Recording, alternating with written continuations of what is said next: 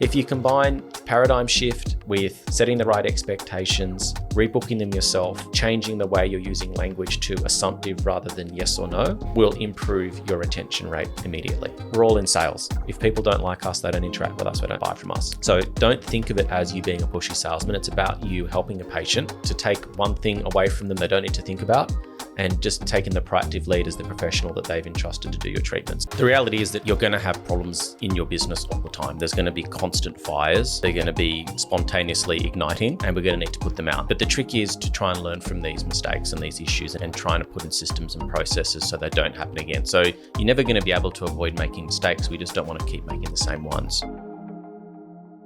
Welcome to Inside Aesthetics, the world's leading podcast for cosmetic practitioners and business owners. Our podcasts are aimed at medical professionals and should not be used to make medical, legal, or financial decisions. You should get an appropriately tailored piece of advice from a professional in your country. To show your support and stay up to date with our latest episodes, click the follow button if you're listening on Apple Podcasts or Spotify. And if you're watching our episodes on YouTube, hit the subscribe button as well as the bell icon. If you're interested in joining our online community, being a guest on the podcast, or would like to work with us, all of our contact details are in the show notes. And now, let's jump into today's episode. Hey guys, it's early 2026. Actually, it's almost the end of January. Jake, I don't know if you can believe January's almost gone, but here we are. Here we are. And last week, if you listened, we did a what's trending about what we think is going to happen over the year. But today we thought we'd get a little bit more specific about what you might be thinking about to improve, build, grow, and also maybe nip some things in the bud that maybe happened in your clinic last year. Yeah, and notoriously early in the year, like the first 3 months is our off-peak. Everyone's rushed in over the Christmas break or prior to Christmas and had all their treatments done, spent all their money, gone on holidays, and we generally have a lull or a quiet period in the first 3 months. So for me as a business owner, it was always a good opportunity to refocus, set my goals for 2026, spend some time looking at what worked well in the previous year, diving into my numbers, planning ahead for what's this coming year is going to look like, and just really using that time to refocus the business. And I thought that would be a good thing for us to talk about from my perspective. And I think you're going to talk about, I guess, from a practitioner perspective, what you might do in this time to improve your practice, set your educational goals, what you want to improve upon, and so on. Yeah, 100%. And if you're thinking, wow, this is a bit late, we're early into February by the time this is out. Here in Australia, the new year basically starts after the 26th of January. We have a big public holiday, and after that, everyone goes back to work. Yeah. So really, we have just started, whereas you guys might have been at work for 3 or 4 weeks now. Yeah. And what I found in my experience over all the years operating clinics here in Australia was that sometimes the beginning of January there were still people around, but after mid-January until March, it was pretty quiet, but there was that beginning period of January where there were some people still getting treatments, and it just died after that. But that might just be particular to my businesses, but I have heard other people say similar things. Yeah, fair. So how are we going to delve into this topic to make it bite-sized for people? Yeah, maybe let's start with big picture and think about what's our business looking like at the moment? How busy are we, and how much time can we potentially allocate to planning what the new year is going to look like? So for me, it always started with what worked well in the previous year. So I guess it's always good to celebrate successes. So for me, I'd start looking at my numbers, comparing what I did, say, like in 2025 versus 2024 to start with. Yeah. So this is something I talk to my clients about a lot, is getting familiar and comfortable with looking at numbers. So whatever accounting software you're using, whether it be Xero or MYOB or QuickBooks, those tend to be the most common ones that I'm aware of. This is, if you don't know how to read these documents or you don't know what you're looking at, this is, I guess, the first hurdle that you might want to overcome and plan that you want to set for yourself around becoming familiar to be independently competent and confident to look at these pieces of software and these reports and actually understand what they mean. Yeah. But if you're in a position where you can't, then this is where you would probably either talk to a business coach or set a meeting with your accountant to actually have a look at the numbers, get them to help you interpret them, teach you, translate it all. And then from there, start making decisions about what was good, what was bad, and what we're going to do in the year ahead. And to use your analogy, this is the pulse check. Yeah. This is the sanity check. Yeah. Are you alive? Yeah. Are you needing to go to intensive care from a business perspective? Because some of you guys might not even know where you're at. Good starting point. Yeah. And also, just as a disclaimer, like, these podcasts are not always going to be for everyone. I'm sure there's people listening to this that understand exactly what we're talking about. This is boring for them. I've heard this a million times from David and Jake. Yes, exactly. Yeah. But there are a lot of people out there that still trying to get their head around the basics. So this is predominantly for you, but I guess it's always good if you're already familiar to listen to these things again and maybe just get the jolt or the kick in the pants to actually start doing it. Yeah. And maybe, I guess from an even higher level, just, yes, the numbers are super important and you really do need to be all over that, but just maybe just reflecting on what was really hard last year. Yeah.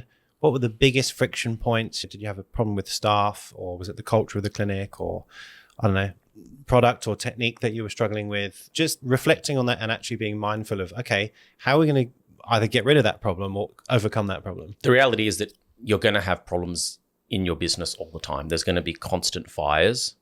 They're going to be spontaneously igniting, and we're going to need to put them out. But the trick is to try and learn from these mistakes and these issues and trying to put in systems and processes so they don't happen again. So you're never going to be able to avoid making mistakes. We just don't want to keep making the same ones. Yeah. And then I guess if you reflect on that again, what were the positives? What were the really strong points? What can you build upon and obviously grow into the future? Yeah. So if we talk specifically around the numbers, the first thing to do would be to start with looking at a profit and loss report, so P&L. So this will show you how much money has come in and how much money has gone out during a certain period of time. And then the number at the bottom is what you're left with. So hopefully it's a positive number, not a negative number. Let's start there. Yeah. And assuming you said Xero, QuickBooks, yes. or what was the other one? MYOB. Right. That's normally in accounting and there's a drop-down box. And so you basically just go to reports and you're just looking for P&L. Now, what you need to do then is select the date range. Okay. Now, different countries in the world have different financial years. So in Australia, our financial year runs from July 1 to June 30. The next year. So it's in the middle, which is weird. And so some countries run on the calendar year, which is January 1 to December 31st. Some countries have different financial years that don't align up with the calendar year. Yeah. I would suggest, just to keep it simple, run on a calendar year, for example. So I'd say go from January 1 to December 31st. Yeah.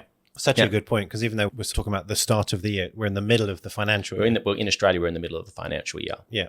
So just run a calendar year report. Now, this is again, assuming that your accounting information is up to date. A lot of people that I talk to, when we start talking about their business and unpacking their numbers, the accounting's not up to date. So their accountant is actually behind. Now, that might be the accountant's problem, or it might be something to do with information you're not giving them on time, or you haven't agreed to when these numbers need to be ready. Yeah. From my perspective, because business moves so quickly these days and we're needing to make immediate, fast decisions, you want to have information that's up to date at your fingertips all the time. So I would always expect from my accountant, assuming I could get them any data that they needed, would be up to date on a monthly basis. So at any time I wasn't more than 1 month behind. Yeah. Let's get really basic, because I remember when I started using Xero, I don't know, 5 years ago, it's new to me as well. So essentially, and it sounds so obvious, let's get really simple. You want to make sure your business expenses are on a separate card to your personal expenses. Mm-hmm. So when you're paying for stock, whatever to do with your clinic, that will show up in Xero. It's linked to your card, and obviously you can see either money coming in or coming out. So if that isn't linked, or your personal expenses aren't differentiated from your business, your numbers are wrong. Yeah. And therefore, what your accountant sees is also wrong. Yeah. So that's why it's really important to have a meeting with your accountant when you first engage them and actually get them to understand how your business works, because every business is different. You know, a big thing is like even how you manage your stock can impact the way your profit looks, and we'll get into that a little bit later. But just having a meeting around what they need from you on a monthly basis so that you can have an accurate, up-to-date report that you look at, so you're not trailing 3-6 months behind. Because I've spoken to people who have gone, let me just have a look at your numbers, and then nothing's been updated for 4 or 5 months. So we're effectively flying blind. I don't know how your business, or you don't know how your business has been performing over the last 4 to 5 months, which is not ideal in 2026. Things move too quickly. Yeah, I have definitely been in a situation where, through not really a fault of my own, it was just my own not knowing. Yeah. My accountant wasn't asking me for stuff, or he wasn't fully on board. And there was just a period where I was probably flying in the wind and I didn't know where I was. Luckily, I was fine. But yes, you need to be proactive to keep in contact with your accountant. I would suggest at least once a month, even if it's, hi, how you going? Anything that we need to be, you need from me, just be a bit proactive, but they need to obviously tell you what they need. Yeah, of course.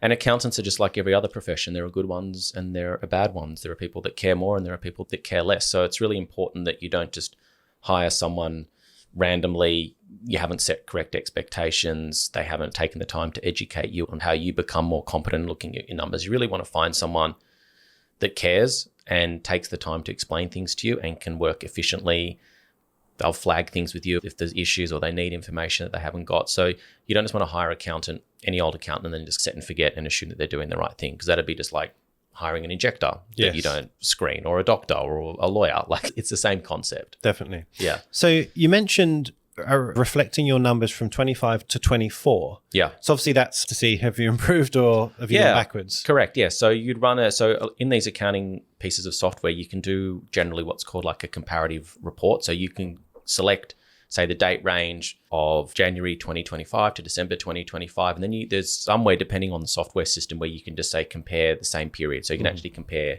the same period for the year before. So you could look at January 24 to December 24. Yeah. And then you've got them side by side. And then you can actually see, okay, what has actually happened comparatively from one year to the next? Has my revenue gone up? Okay, if so, what areas of the business has that revenue improved or gone backwards?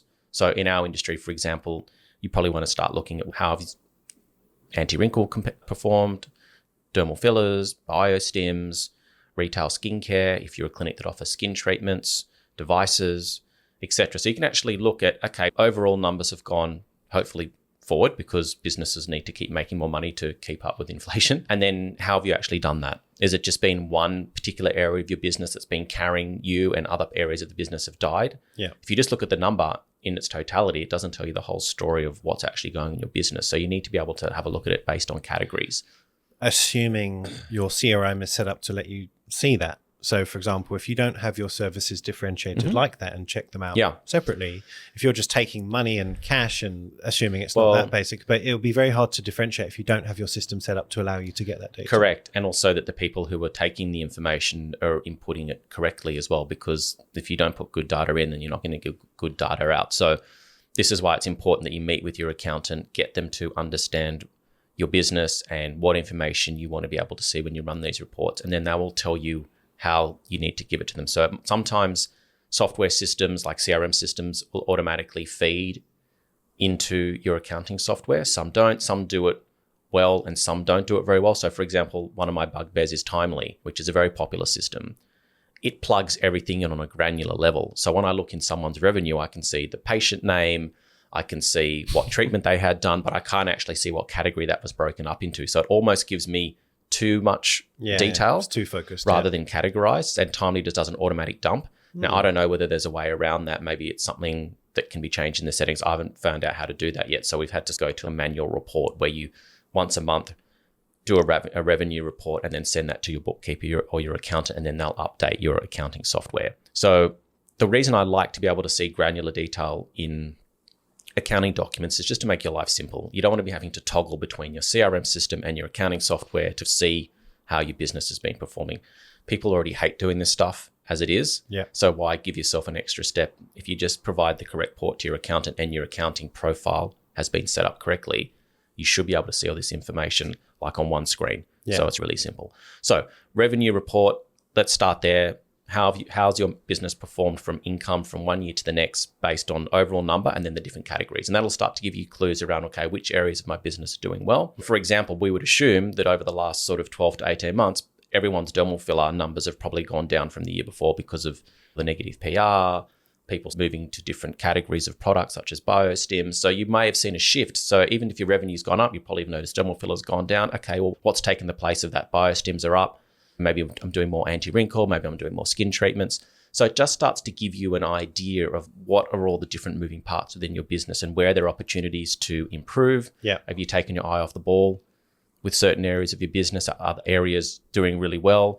Are there certain parts of your business that have become not worth offering anymore? Is there an area of your business that's just, it's a cash flow drain, it's taking up room on your shelves, for example? Like, to say you've got like a range of skincare that's just not moving. Yeah. Okay, is it worth having it? Do we actually need to reevaluate what services and products we're offering? Yeah. You've got a device that's just sitting there, you've tried everything, it's not right for your clientele, maybe you bought the wrong device, maybe it's outdated, maybe you don't believe in it anymore, it's just sitting there.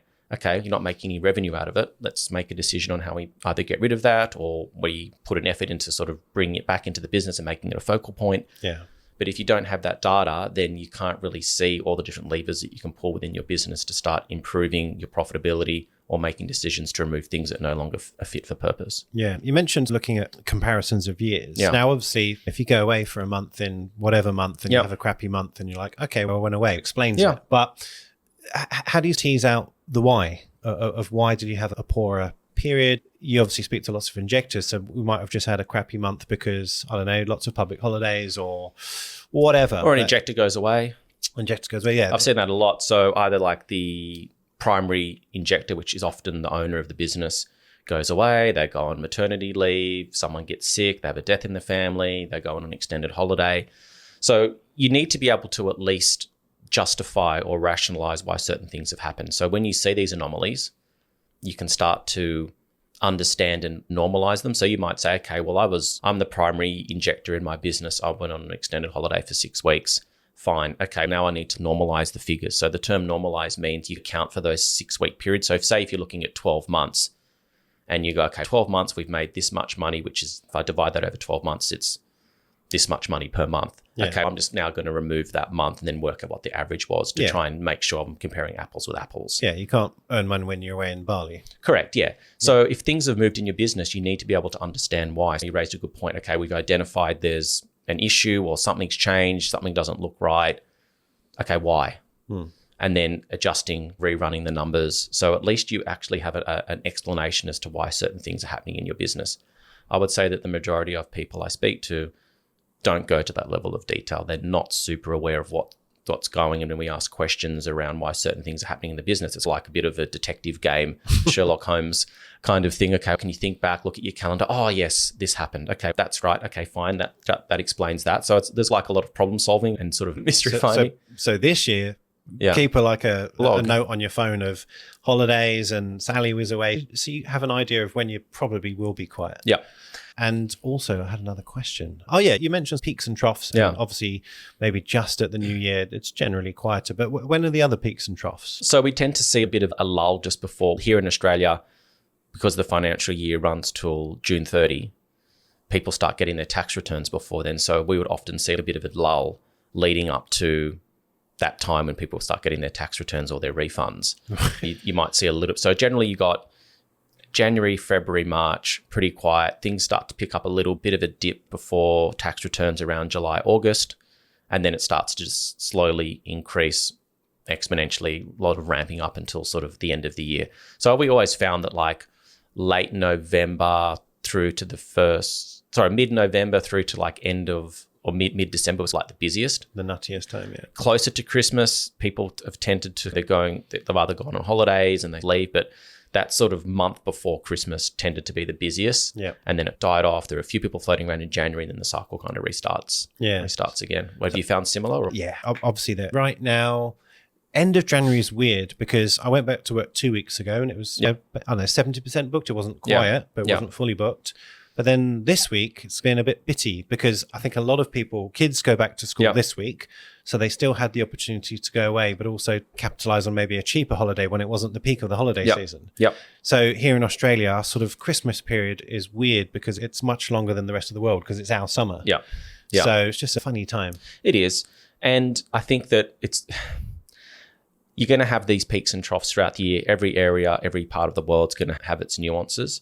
You do get used to them. You factor them into your business. And in addition to that, we've got this 24-hour news cycle with literally like disasters happening all the time, which affects consumer confidence. So what I'm finding is that predicting these seasonal trends are sometimes becoming a little more difficult to predict. And you get these anomalous things happening in different parts of the world because people stop spending when things look like there's an issue, there's like a global disaster, or people get scared about something, or there's like a piece of legislation that's coming through. Like people are a lot more reactive to the news cycle, and sometimes that just throws a spanner in the works, and it makes predicting your business more difficult because we don't know how certain people are going to respond to world events. Yeah, fair.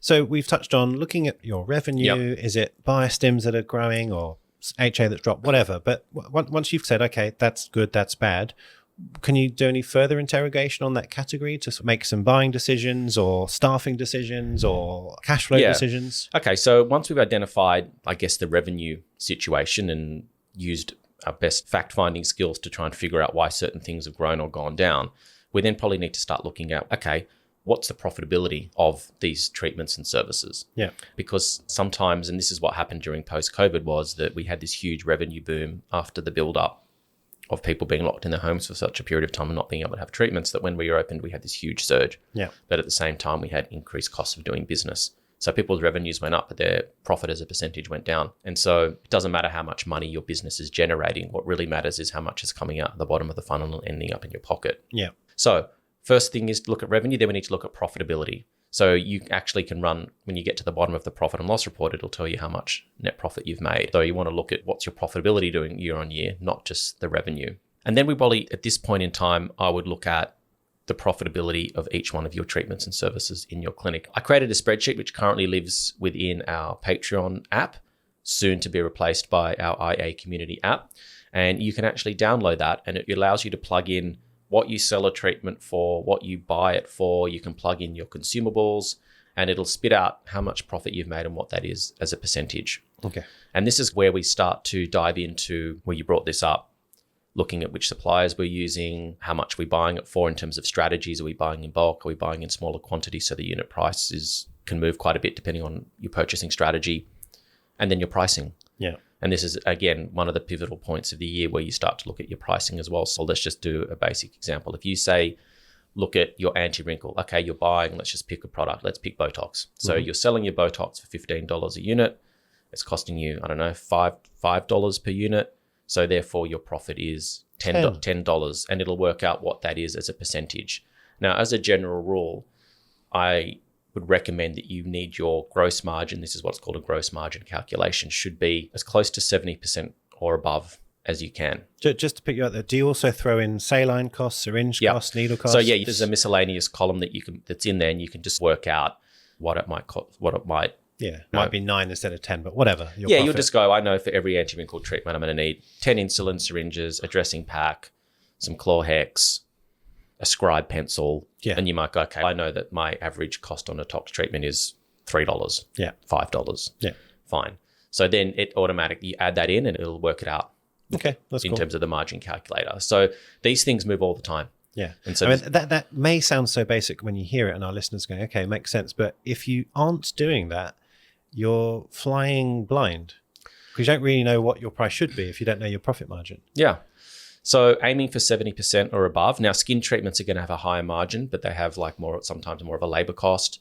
You know, if you're doing a device treatment, there might be consumables like radio frequency heads, for example. So you can factor all of that in as well.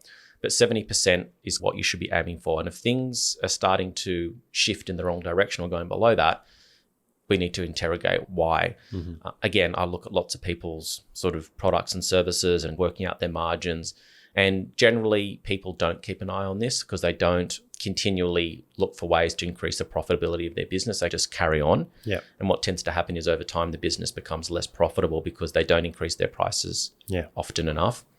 And they're not continually interrogating what their margins are and looking for ways to improve them. So unless you're aware, then you can't really measure it. And if you can't measure it, then you don't really have any information to do something about it. Yeah. So I'd recommend that people go through this process of at least analyzing the gross profit margin on their products and services like once a quarter, just to see how things are moving. Okay. And asking yourself the question twice a year, should I be increasing my pricing?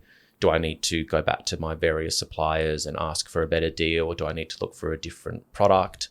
Now, I'm not saying you should make clinical decisions only based on price, but it's definitely a factor because like here in Australia, we've got great products on the market. Yeah. We're very lucky. We've got quite a good regulator. The TGA do a great job of only letting safe products in and doing a lot of interrogation on them.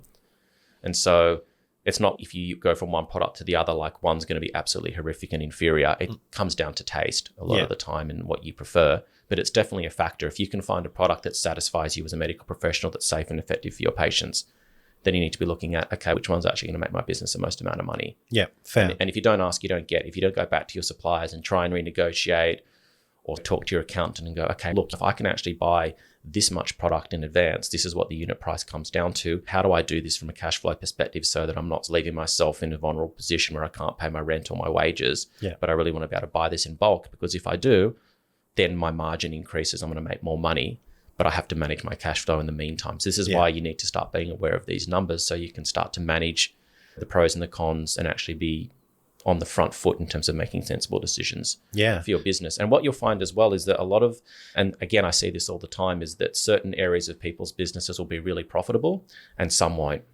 Their prices and their buying might be spot on for, say, anti-wrinkle, but their dermal fillers, like big one is lips. I look at people's prices for lips and generally their margins are really low on those. Especially it's too cheap. It's too cheap, and it's also like the most, I guess, time consuming, you can tell me, I would assume it's probably one of the most time consuming filler treatments. It's a lot of hand holding for patients. The expectations are super high, a lot of swelling. People are hyper focused on that part of their face. Numbing pre-treatment. People like being really nitpicky about slight asymmetries. They expect perfection. So people are charging here in Australia like $500 or less for a lip treatment. To me, I'm going, your margins were not high enough. Yeah, to justify the headache. Because it takes longer time. And so especially if you're a busy practitioner, you're not seeing other patients whilst you're taking all the time to do that lip treatment, which you want to do. Yeah.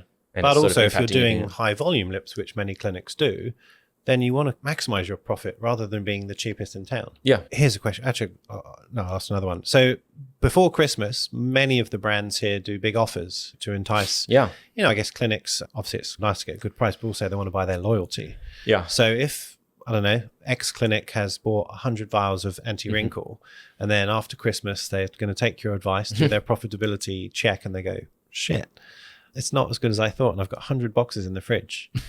What's your suggestion?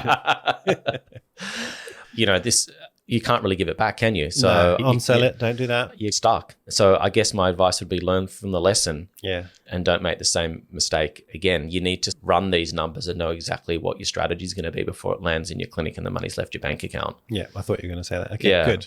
We've got to be careful as well because sometimes, and this is where you can never give an absolute piece of advice on something because there's so many variables, but sometimes when people overcommit and they've got that 100 vials of Botox or anti-wrinkle in their fridge, are they going to be either consciously or subconsciously influenced to actually try and overtreat, to over-recommend, to put those extra units in the patient didn't potentially need because they know they need to get rid of it? I guess theoretically, but logically, if they had the ability to upsell as well or as easily, they should be doing that anyway to just be more profitable and look after their patient better. Yeah. So you could argue that either way. Yeah. I mean, you're not going to just shove it in a muscle that doesn't need it, right? Interrogating your profitability. Now, you raised a good point around stock, and this is something that impacts the way your financials look as well. And again, this is a concept that I'll try and explain as simply as I can. When I'm looking at a clinic's profitability, let's say I'm looking at it for the last 3 months, for example. Let's say I look back at October, November, December, and looking at it going, wow, that profitability is actually a lot lower than what it was for the previous 3 months, like hugely different. What's going on? And I go in further and I say, okay, you did a huge stock order this quarter, right? Now, that stock might last you 6 months, depending on the quantity that you've bought. But what it's going to do is it's going to make your business look really unprofitable during that period where you've bought all that stock. And then for the subsequent months, it's going to look overly profitable because you're not buying anything. And because we're not actually normalizing the way our stock's moving through our clinics. This is why it's really important that your accountant knows how you manage stock in your clinic. So rather than saying, Jake bought 200 boxes of Botox in December, and then he's bought nothing for January, February, March, April, May because he's got so many vials, and your profitability is looking all over the place. We need to go, okay, well, you bought this many bottles in December, but I only used this and this much is left over. And therefore, even though that money has left my bank account, I've got the matching value of that product sitting in my cupboard. Yeah, and you normalize down the drain. It's ready. Yeah, it's sitting there in your cupboard, right? So it's sitting there on your balance sheet as an asset. Is that called amortization? What's that called? That's sort different. of the process of accounting the money that you've spent, but it's it's like accrual versus cash accounting. Okay, I'm getting confused now.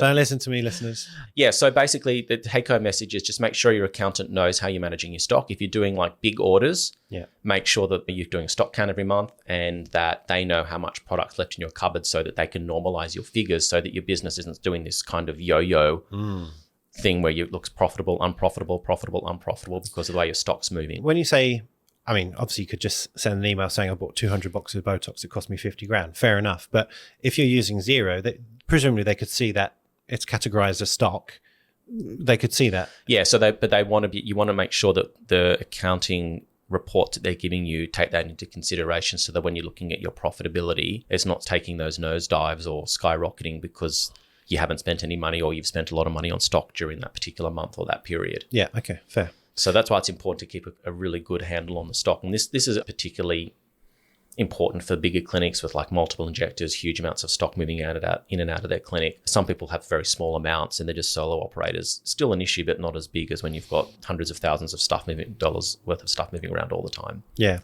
Okay. So that's injectable stock and profitability. But what about other stuff like devices and lasers? That's sometimes harder to tease out, because how do you even know the value of the machine at the time? And you've obviously got consumables, and sometimes it's not as easy to know where you're at with that. I mean, I've never owned a device, but what's your advice? Well, as you said, some devices got consumables and some don't. So generally what happens is when you buy a device, that's now considered an asset in your business. So we're now getting into the territory, and I don't want to confuse listeners too much, but we're now talking about your balance sheet. So your profit and loss shows you all the money that's come in, where it's come from, and then all the money that's gone out and where it's gone to. And then hopefully the money that's come in is more than the money that's gone out, and you've got a profit at the end. That's like the simplest way I could explain it. Yeah. The balance sheet shows you what your business owns, like what assets it has. And that would be like cash in your bank account, devices, computers in your clinic, your fit out, consumable stock, all that stuff is considered an asset. Then you've got your liabilities, or the things that your business owes to other people or organizations. So it might be money that's owing to suppliers, money that you need to pay in tax, super that you need to pay for your staff. If you've purchased a device, then the loan that you need to repay the commercial loan company or the bank. So that starts to show you like your business's net wealth position. Yeah. Versus the profit and loss, which shows basically money in, money out. And sometimes you need to look at these two documents to get the full picture. Again, going back to the analogy of doing a pulse check on a patient, you're checking multiple data points to see whether that person, or in this case, this business, is healthy. For example, you might have a period where your business makes tons and tons of revenue, lots and lots of profit. Then we go across and have a look at your balance sheet. You've got no savings in your bank account. You've got heaps of money owing to the ATO or the IRS in the case of the United States. You've got heaps of money owing to suppliers because you don't pay them in time. So if we just looked at your profit and loss, your business might look great. Go across and look at your balance sheet. You're like in debt, got no savings, and you're on a knife's edge. It only take 1 or 2 months for your business to be in big trouble. Yeah. And conversely, you might have a really bad period. You might just be going through, they might have lost a couple of staff members. You've gone away on holidays for a few weeks. Business looks really bad. Go across, look at your balance sheet, tons of money in savings. You're up to date with your suppliers. You don't owe any money to anyone. Yeah. Happy days. You've just gone through a quiet period, but your business has actually got a lot of wealth, net equity, a really good net equity position. That's well explained. That was good. That's why we need to look at both, for example. So to get back to your question around the device. So when you purchase the device, depending on how you paid for that, let's just say you got a loan from most people finance it, right? So you just say you bought a device, let's use a round number. Let's say you bought a device for $100,000. That device will sit on your balance sheet as an asset of $100,000. So you own it, but then it'll be balanced off with a liability that you owe to the finance company for $100,000 plus this interest. That's why it's called a balance sheet. It might balance itself off. So basically that's where it will sit. And then in your profit and loss will be the repayments that come out every month. So just say you're paying $5,000 a month in repayments to the finance company.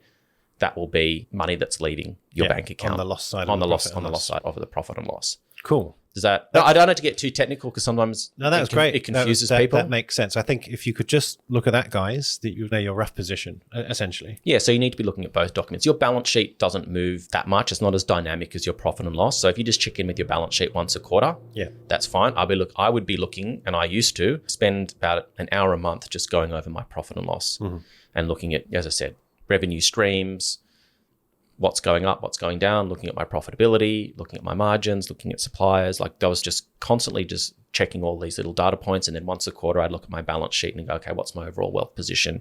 What's moved? What do I owe to people? How much money do I have sitting in the bank account? Have I got enough to pay upcoming liabilities, etc.? So that was how I was looking at it. So with your devices, that's why you will start factoring in, if you do have consumables, that's why when you run like your report on your gross margins, you start to include those other cost factors. And that's where you could also start plugging in staff costs as well. But that starts to add a little bit more complexity. But yeah, Okay, cool. Skincare. This is, I don't know if it's potentially a little bit different because skincare, it tends to be more affordable for the patients and obviously the cost price is more affordable for clinics. In terms of making decisions about skincare, for example, let's say you hold, 3 different brands on your shelf and you've done your profit and loss and you've looked at your numbers and stuff and you're like, okay, that one's not doing so great. These two are going gangbusters. Presumably, you're going to say maybe sell the rest of the crappy one. And then, do you need 3? That's one question. Interesting. I was having a chat with a client about this very topic. Highly successful business here in Australia. They're really diligent. They look at their numbers. The best clients that I work with are the ones that are already switched on. They already do all this stuff. It's not like trying to... Yeah, because you don't have to do any work. No, it just makes it because we can have these conversations and I can help them tweak. Yeah. And they're already in these good habits. But they've got a great business, but they've noticed over the last period of time that they've had a bit of a dip in retail skincare. Oh, the whole thing? The whole thing. Okay. And so we started trying to unpack why this has happened. And one of the things that stood out to me was they had like multiple different brands within their business. Now, this is just an opinion. Some people might be screaming at me right now going, well, I need to have different brands in my business because I've got different clients and I'm trying to cater to different people. That's fine. I'm not here telling you not to do that. But in a perfect world, I like to keep my business as simple as possible. Life's already complicated enough without having multiple skincare brands within my business. A, because it's a drain on your cash flow because you need to at least have a certain amount of stock in your cupboard to be able to make it worthwhile to carry that line. Yeah. It takes up room, it takes up money in your bank account. It's especially if you've got 3 skincare lines in your business, you've probably got more than one staff member. Educating all your staff on different products, the different brands, being able to talk to their patients around it. It takes up space. And I think it just generally clutters your business model. So my preference is to have one brand. There are lots of good skincare companies out there with lots of good products at different price points. You've got to find one that A, suits your clientele, so your age group, budget, it's got enough margins in it for you. Obviously, it's an effective product that's got a good reputation, is safe and is efficacious. But I think having multiple brands just overly complicates your life and it makes it hard to keep you and your staff focused because you might focus on one, the other one will start to fall out of favor, then it sits there, then does it expire? Yeah. I think it just starts to create too many problems. So for me, I would try and have it just down to one skincare brand and keep it simple. Yeah. I did a post just yesterday in partnership with L'Oreal and Skin Better Science. And one of the things I said in my comment, which I don't think people think about enough, is when you look at that range of products, whatever it is, you want to make sure that it's easy to use. Yeah. I know it sounds so obvious, but some of the brands I look at, and I like to think I'm relatively educated, I'm like, I just don't get it. There's so many products here. They all seem to overlap and do similar things, or they're named weirdly, and I turn to the back of the ingredients and I still don't understand what it's really for. Yeah. So it's got to be easy to use. Make sure that the products don't overlap each other too much, so the patient's going to be compliant and understands it. And like you said, it's got to be affordable. It's just, of course it does. I think patients are so overwhelmed with marketing and the choice they have. And of course, high street brands, Mecca, Sephora, J'adore, all these other ones, that they need you to take the reins and say, just do this. And it's up to you to educate them in the skin consult to showcase what you have and just say, just do it, just take it, and maybe be a little bit more brave with your not selling, but you're educating. And one of the things as well is that sometimes your staff can lose focus with retail skincare, especially if you've got a clinic that offers lots of different things. Yeah. It's hard for us as humans to focus on too many things at the same time. So and this is one of the issues with the clinic is I think that I was dealing with, that their staff maybe just lost focus on retail skincare. Yeah. And so it's okay, we've noticed it's an issue, and you only see this when you start looking at your numbers. Okay, we've identified an issue. What are the problems? Okay, maybe we need to simplify our range, bring it down to one. We need to talk to our staff, make it a focal point of the business. Maybe you start running incentives or bonuses based on retail skincare, particularly to get people back into the routine. Yeah.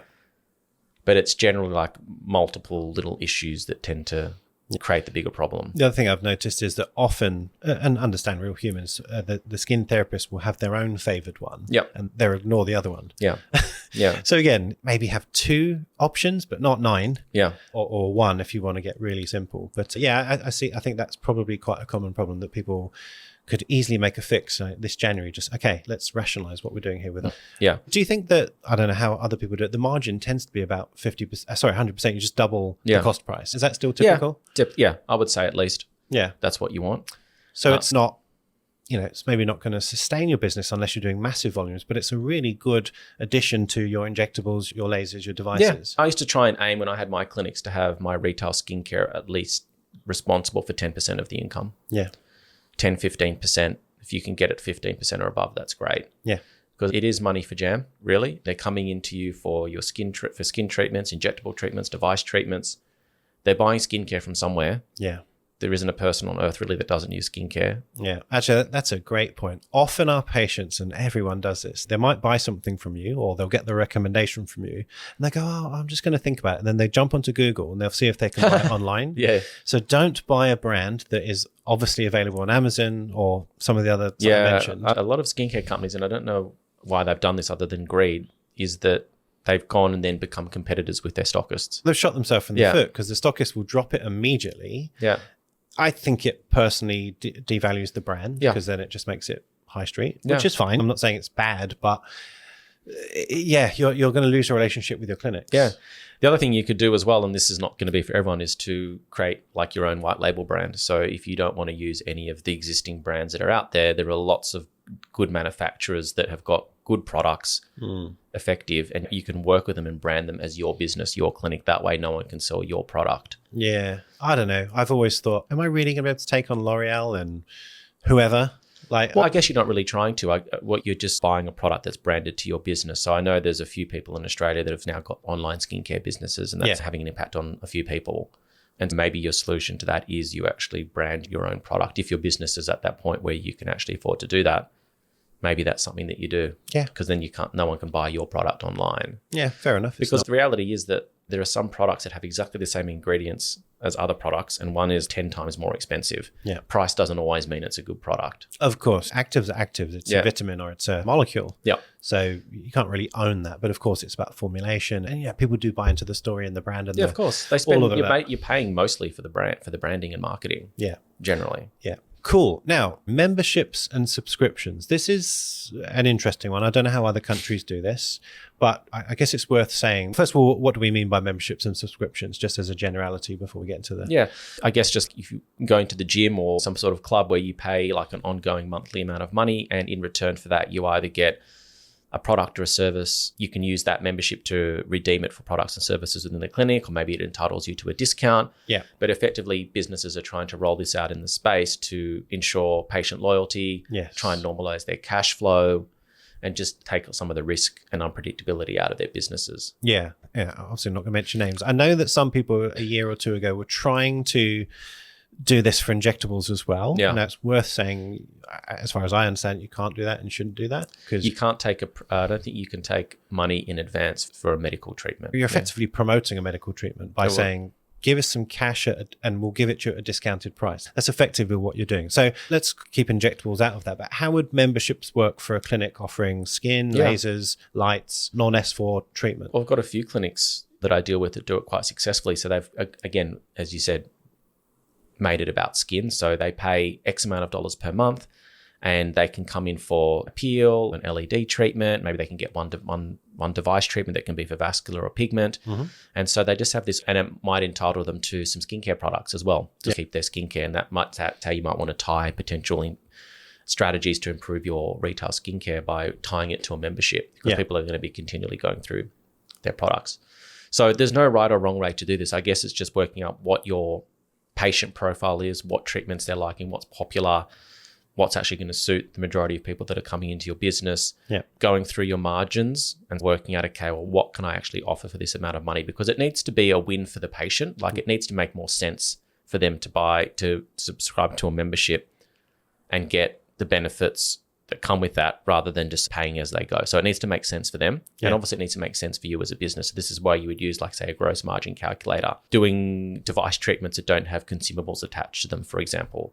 So most of your devices that are treating pigment and vascular, or whether it be like an IPL or a BBL kind of machine, generally there's no consumables attached to those. All you're paying for is your staff time. Mm-hmm. Peels are really cheap to do. There's no money really that you need to spend in peels. Skin needling, not overly expensive to do, can be a little bit time consuming.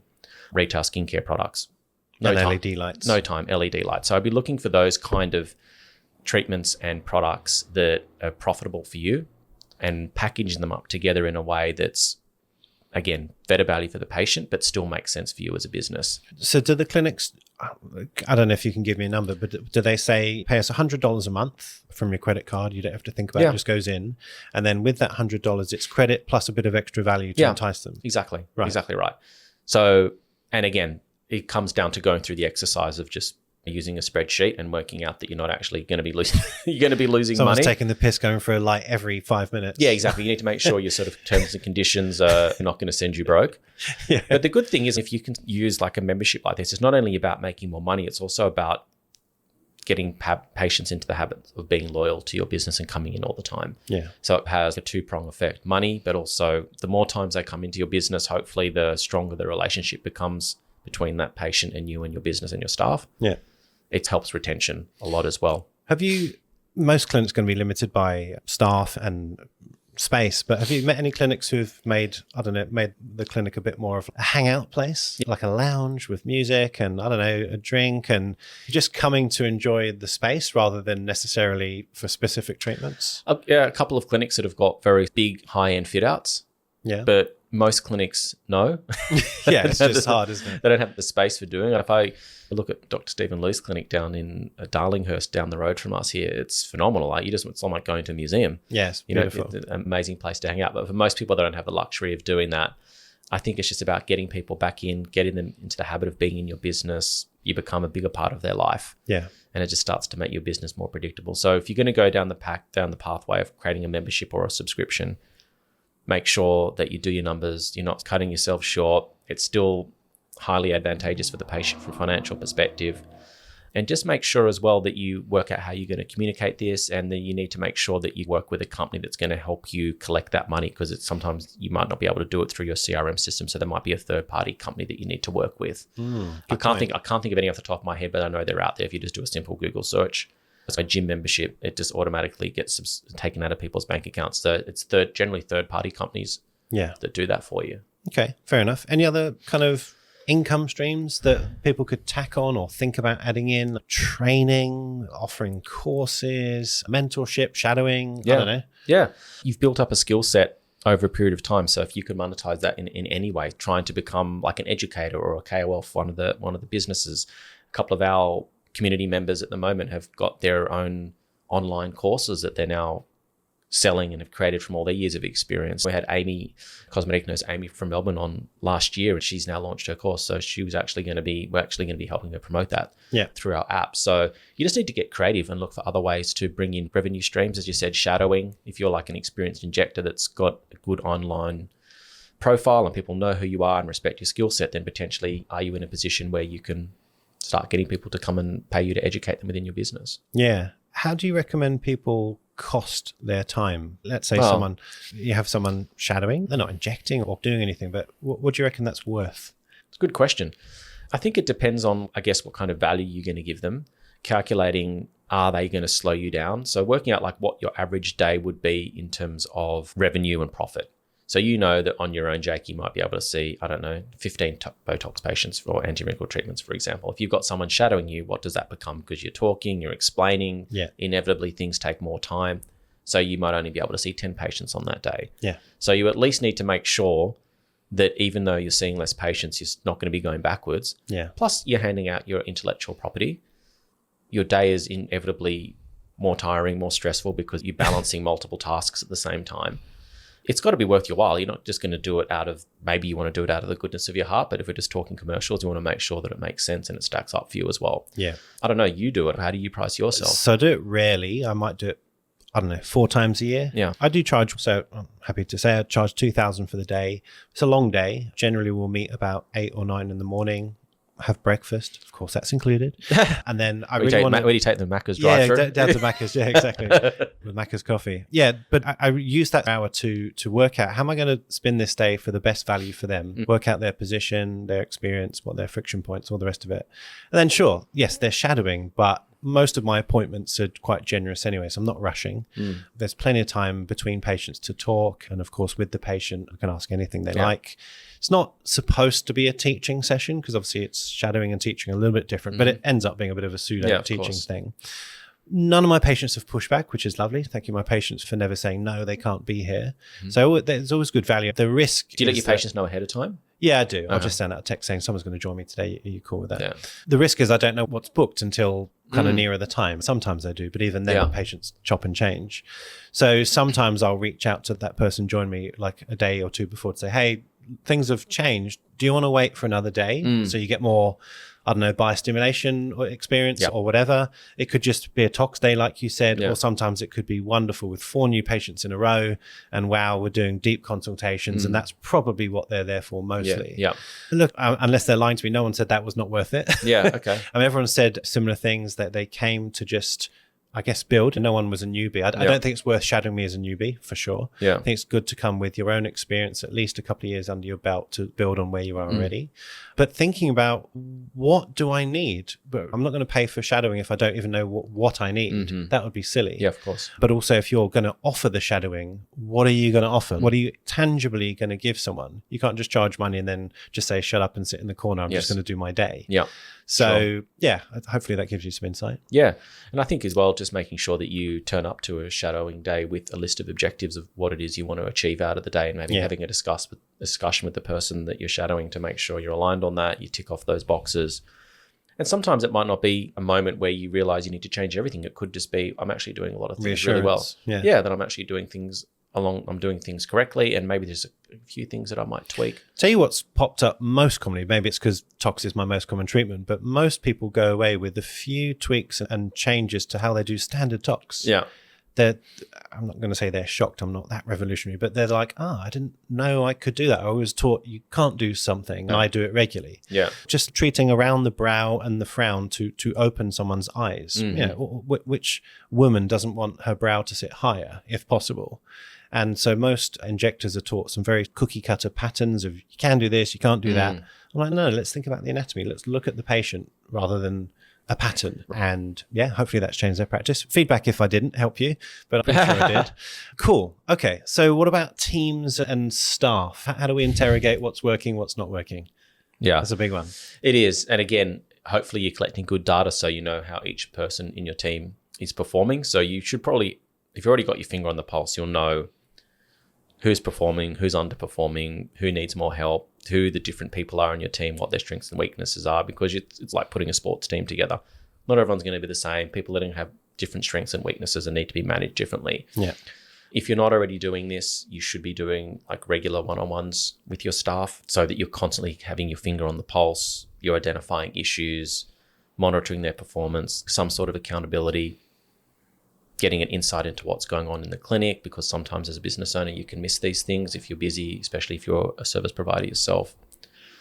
Establishing and maintaining the relationships so that they feel like they can come to you, that you're not just going to be hit with a surprise at some point when they leave or something drastic happens in the clinic. You already have got regular catch-ups with them. So often things that manifest into bigger problems can be sorted out if you've got that ongoing sort of meeting booked into your schedule. Yeah.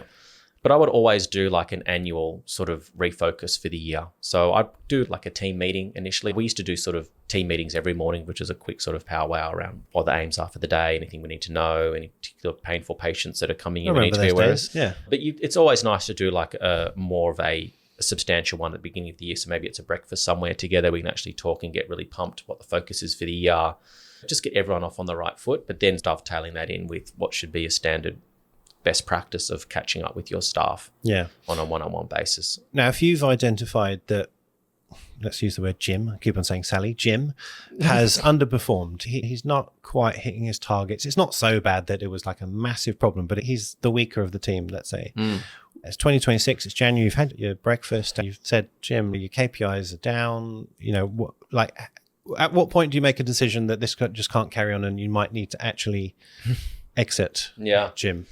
First of all, I need to identify whether it's a skill issue or it's like a will issue. Do you just not have the technical capacity to do what needs to be done to increase your performance? If so, are you just incapable despite having lots of opportunities to upskill yourself? Or do I need to do more as a business owner to try and help you and make sure that you get that education that was nurturing your development and helping you get there? Often it's not that. It's generally like an attitude problem, wrong business fit. They're just not happy. They've got stuff going on in their life that's affecting their performance at work. So I guess first step is to identify, assuming it's, because training is easy to fix. If you've got staff in a business and you're buying products from various companies, they're generally more than happy to help you from a training perspective. If it's a will issue, then hopefully you already know, as you said, that this is an ongoing issue. Then it's around starting to have some more serious discussions around the performance reflects that you probably just don't really want to be here. You're not passionate about this role or this job. Have you thought about if this is the right place for you? Because I don't want it to get to a point where we're going to end up really disliking each other, or I have to make a decision I don't want to make, or start issuing warnings. I don't want to go down that path. Yeah. Assuming he's an employee, I don't know the nitty gritty, but this is Australian law. Obviously, I can't speak for America, but how does it work? If you've decided as the boss, this just isn't working, it's just not the right fit, can you just sack on the spot? No. Do you give them notice? How does it work? There's only certain circumstances that would give rise to an instant dismissal, which would be like a serious offence, like theft, endangering, doing something really dangerous to a patient. It would have to be like a serious offence that would allow you to effectively just terminate someone on the spot without going through the process of issuing warnings and trying to help them, giving them opportunities to improve. Unless it's something serious, you have to go through a process of issuing warnings. So this is why, again, it comes back to having regular meetings, because you identify these issues on an ongoing basis. And if there is a trend or there's an issue that's continuing despite having conversations, despite giving them all the tools that they need to improve, then you need to start looking at some kind of disciplinary action, which can result in written warnings. Once someone has 3 written warnings for the same offence, then you can terminate them. So it can just be overall performance. Your performance in the clinic has been an ongoing issue. You've been given multiple warnings about this. You can let them go, but I would always consult an HR person, especially if you've got multiple people in your clinic. There are certain companies that you can buy a subscription or membership to that will give you over the phone advice on this, because every area in the world has got different HR laws, even within, say, different states. Like I know in America, like the laws around employment in California versus Texas, totally different, could be quite different. So you need to just talk to a local professional. But this is why having the regular meetings will always stand you in good stead, because at the conclusion of these meetings that you're having on a regular basis, you're following it up with an email of what was actually spoken about. And one of the things might be performance issues. Yeah. So you start to be able to demonstrate a trend of poor performance. You've spoken about it. You've come up with an action plan to try and improve it. You've given them training. And then you can start to be in a much stronger position if you need to terminate someone, rather than just making a decision. Because if you terminate someone incorrectly, there can be fines involved. You can be forced to reinstate them. It takes up a lot of your time dealing with this stuff once regulators get involved. So I would make sure you go through the correct process. Fair enough. Yeah. This is going to be a longer one. We've tried to cut these down, but this is going long. But let's carry on. This is good stuff. Okay. Sorry, listeners. I feel like this is boring information for people. Hey, if you're running a business, this ain't boring. If you're not running a business, fair enough. Go to the next episode. Patient retention. And I'm also going to use rebookings in here, because this came up in our Patreon WhatsApp chat a couple of weeks ago, talking with a few of our injectors, and some of them are very prominent, well-known and good injectors, but they still struggle with saying to people, I'm going to rebook you. It's on the basis of it, it's quite a simple thing. And why wouldn't you want to rebook your patient? But they feel like they're selling, they're forcing, they're pressuring their patient with that question. So they say, oh, no problem. You just book yourself when you're ready. And inevitably they don't, or you get spaces between patients, and therefore you're not retaining, or you're not building your calendar in advance ready for the future. So what do we do about that? Okay. So I'm going to give you like my theory or my process for improving this that's been cultivated over 20 years of coaching practitioners through it. I used to work in sales for a long time myself, so a lot of the strategies that you learn in sales training carry across to like many other facets of life. So the first thing I would say is you need to change your mindset, and first of all needs to start with you. You should never feel like you're selling to someone. People are coming to you because you are a qualified practitioner. They've walked through your door because they believe you are the best person to help them with whatever issue they have. And so part of being a professional is making sure that you've got your patient's best interests at heart. And one of those things would be like continuity of care. Yeah. So if you're doing a proper consult with someone, you're not just dealing with an indication that's been presented to you on that day. You're actually trying to take that patient on a journey, and you want them to be a patient for life, and you want to help them through the process. Now, If you decided that patient's not for you and they're not on your journey, then you probably don't want to retain those people. But if you've made the decision you want to hold on to this patient, then you need to be always thinking about the long-term continuity of care. Yeah. So even if there's someone that comes in for toxin, you want to make sure that they're coming in for their reviews as much as possible. So that's always a reason to come back in and make a rebooking. That you're getting into a routine where you're maintaining the aesthetic that they want. So that might be every 3 months, it might be every 4 months, it might be every 6 months, whatever that routine is that you've agreed with that patient is right for them. Whether you're moving them on to other services, products, or service providers within your business. So if you've got a skin therapist, if you think they benefit from regular peels or a device treatment or microneedling, people don't just generally get one treatment and then stop getting treatments. Yeah. It's once you start, you're going to be back. You're going to be back. And if they're not coming to you, they're going to somewhere else. So you should always be thinking about, I'm not here to try and upsell or be pushy. I think I'm the best person to take care of this patient. My team is the best team to take care of this patient. I need to be proactive and make sure that they stay within my business simply from a continuity of care perspective, first of all. So I think it's about a paradigm shift in your own mind. Yeah, I totally agree with that. And I think that sometimes people struggle. We're all medical professionals, nurses, doctors. If you've come from a hospital or a GP background, patients are sick. You don't want them to come back. And you don't want them to come back. And you're certainly not going to plan for them to come back unless they've broken their leg and they need their plaster off. But it's the opposite mindset. You're right. You actually have to think, they're not sick and I do want to see them. And have a bit of confidence, say, well, and of course, I'm going to be the one to do it, not someone else down the road. Yeah, exactly. So rather than feeling salesy or pushy, I would see it as, this is how I'm going to best take care of them. That it's just a simple shift of the framework. Yeah. Yeah, exactly. Part of the process is making sure that you're doing a fantastic consultation, especially that first one.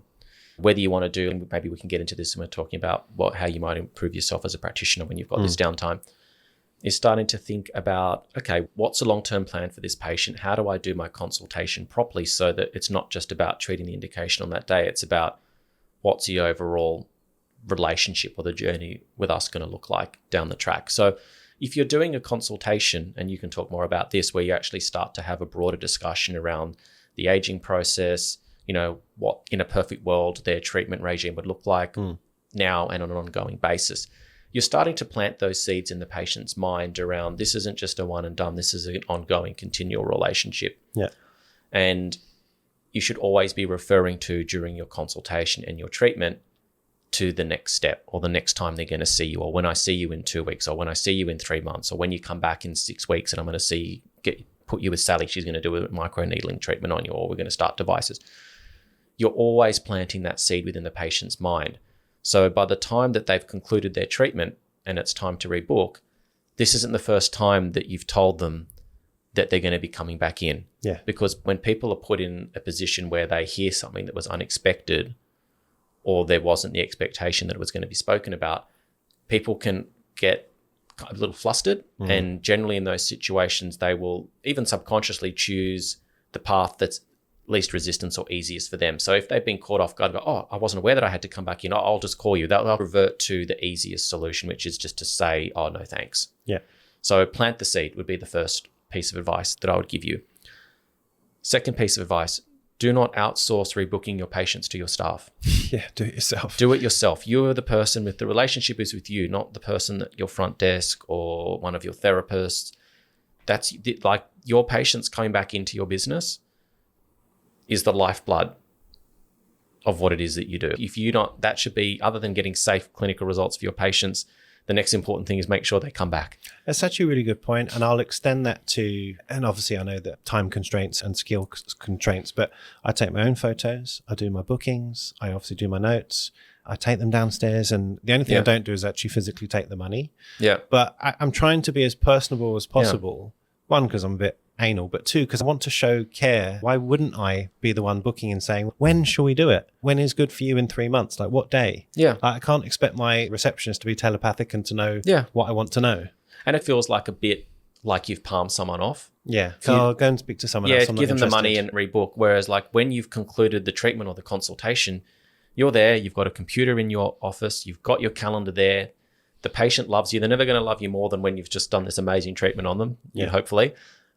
Book it in. right then and there. So do not outsource that responsibility, because the amount of times I've been sitting in my room listening to nurses, doctors talking to their patients. They take them out the front, they walk back. As soon as that practitioner closes the door, the patient says, I'll just give you a call. Yeah.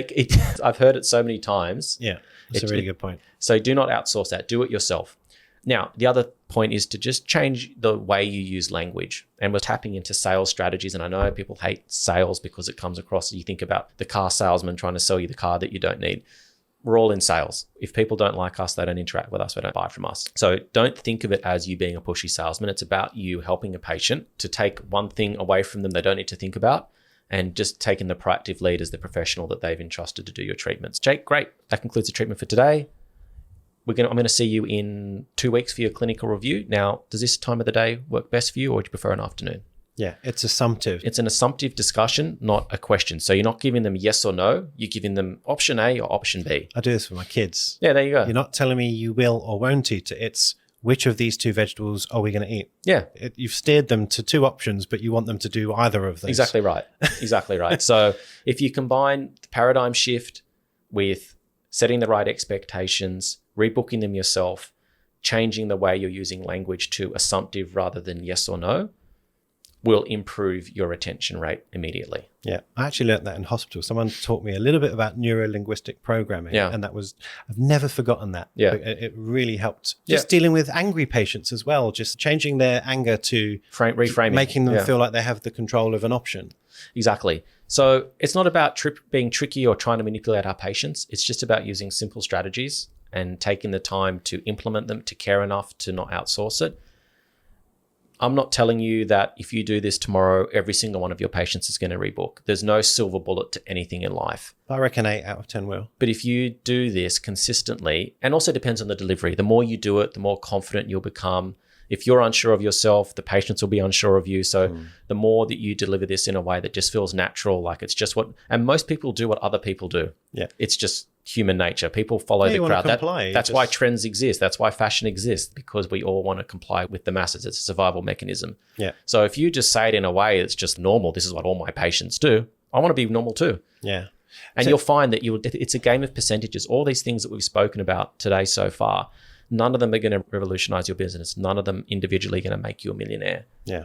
But if you do them consistently, it's like a game of adding a few percentage points here over time, compounded over weeks, months, years. Yeah. Your business will look entirely different. If you're on a boat and you're heading towards a destination far off into the distance, and you just change your course by 2 degrees, for the first hour, it doesn't feel like you're going anywhere different. But by the end of 6 months, you could be on the other side of the world. Yeah, 100%. No, it's a good point. And to take that to the next step, and I challenge some of you guys to try this, don't just book one. Say, look, I'm a relatively busy injector. I really want to make sure you're consistent, you get the best results, and you never have to struggle for an appointment. Mm-hmm. Let's book your 3. Mm-hmm. You don't have to put a deposit for 3. Just put down 1 deposit, and that chases each time. And if you need to change or cancel, cool. Here's the link of how to do it online yourself. Yep. But let's make sure that you're in a rhythm with me. And I don't know, 2 out of 10 will go, oh, okay, that seems to make sense. And then suddenly you've booked up 4 appointments, not 1. Yeah. And it's taking the risk out of your business. It starts to make your business more predictable. Yeah. Starts to remove the peaks and the troughs. Your patients are going to be more loyal. Because every time a patient walks out of your business, your clinic, and they're not rebooked, or there isn't some sort of level of commitment to come back and see you, good chance they'll just go and find someone else, because they're not really committed to you at that point. But if you take control of that relationship, it de-risks you a lot. And your patients would actually thank you for it indirectly. Like, I'm probably like the worst type of patient in the world, because I'm super busy. I forget stuff all the time. No. I'm naturally not very organized. So for me, if I can find a provider that is really proactive, takes out, I'm like, oh, great, cool. Just one more thing I don't have to think about. Yeah, good point. I mean, I guess that's the answer to the patient who says, I don't know what I'm doing. Yeah. Of course you don't know what you're doing, but now you do, because I've booked it for you. Yeah. That's how I would counter it and say, let's take away the indecision and the unknown and actually help. And that's one of the things that hurts businesses a lot, is low retention. Then you start running into spending tons of money on marketing strategies and what's the new cool thing you're going to do on social media to get attention. You're continually refilling the bucket because people are falling out the bottom. The best thing you can do from a marketing perspective is stop them leaving to begin with. And one of the things that help you do that is making sure you're rebooking them. Now, let's respin this for maybe much more experienced injectors who are maybe super busy. What do you do with the problem where your books are pretty full 2, 3, 4 months ahead, and actually you've got the opposite problem where you don't have obvious windows for either your regulars who haven't booked to book in or to take on new patients? What do you think is a healthy balance of new to retain patients? That's a good question.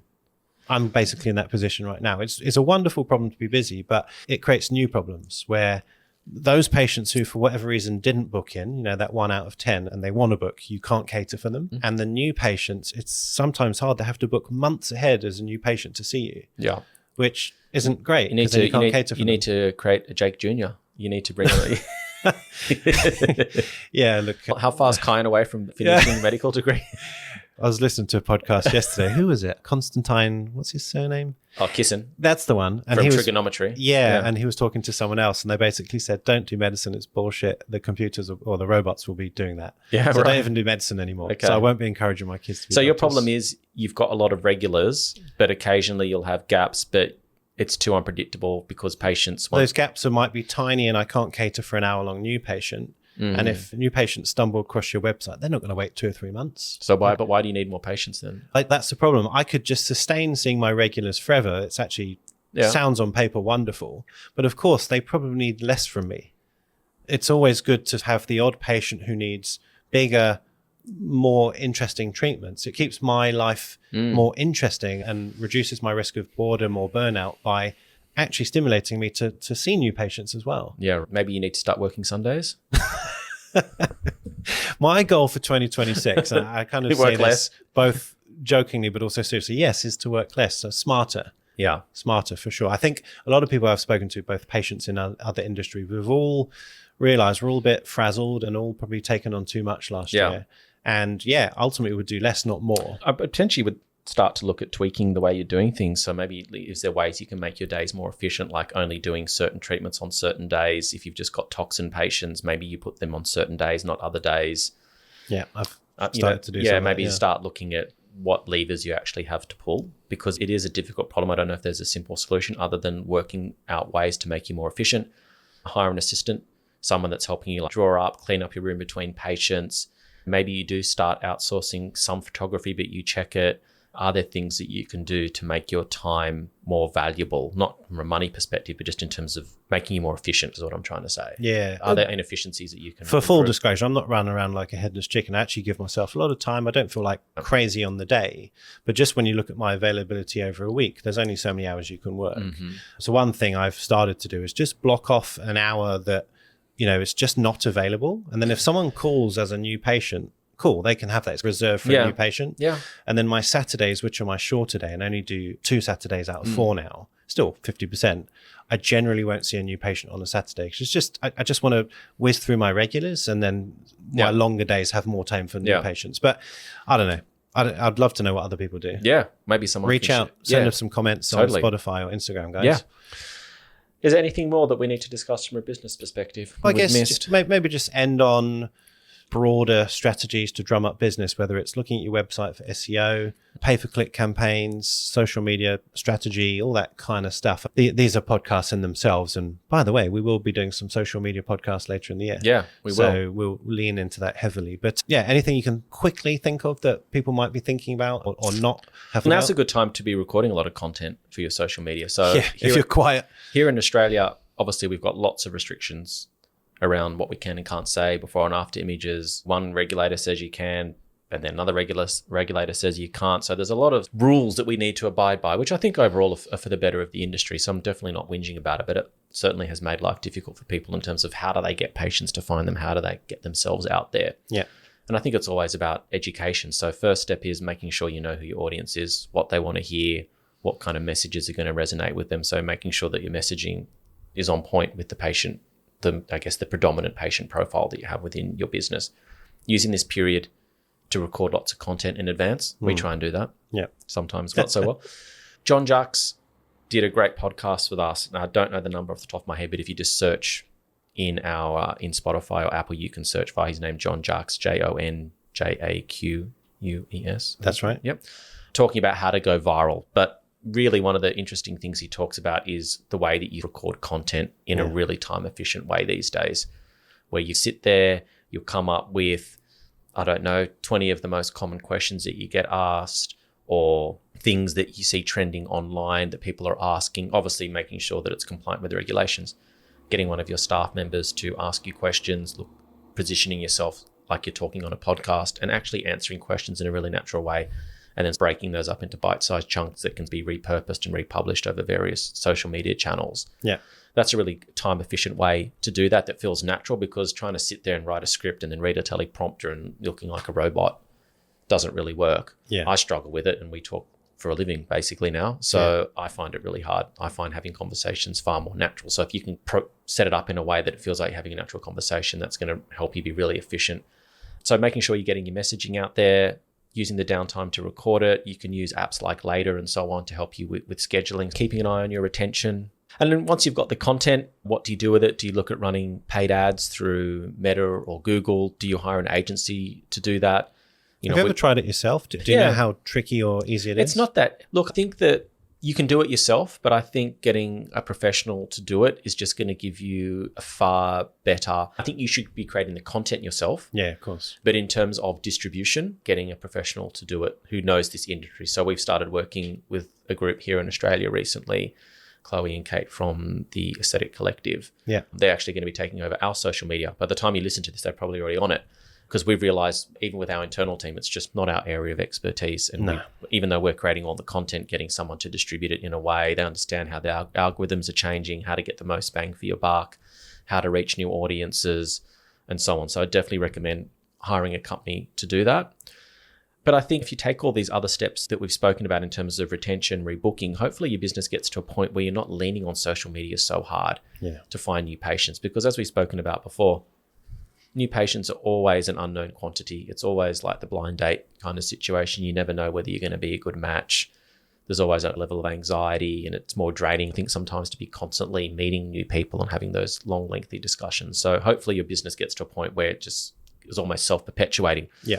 And then you're getting lots of word of mouth referrals. That's the holy grail, isn't it? Nothing tells you that you're running a great business or that you're a great provider more than people telling their friends and family to come and see you. So for me, I see social media and proactive marketing as a starter engine for your car. Yeah.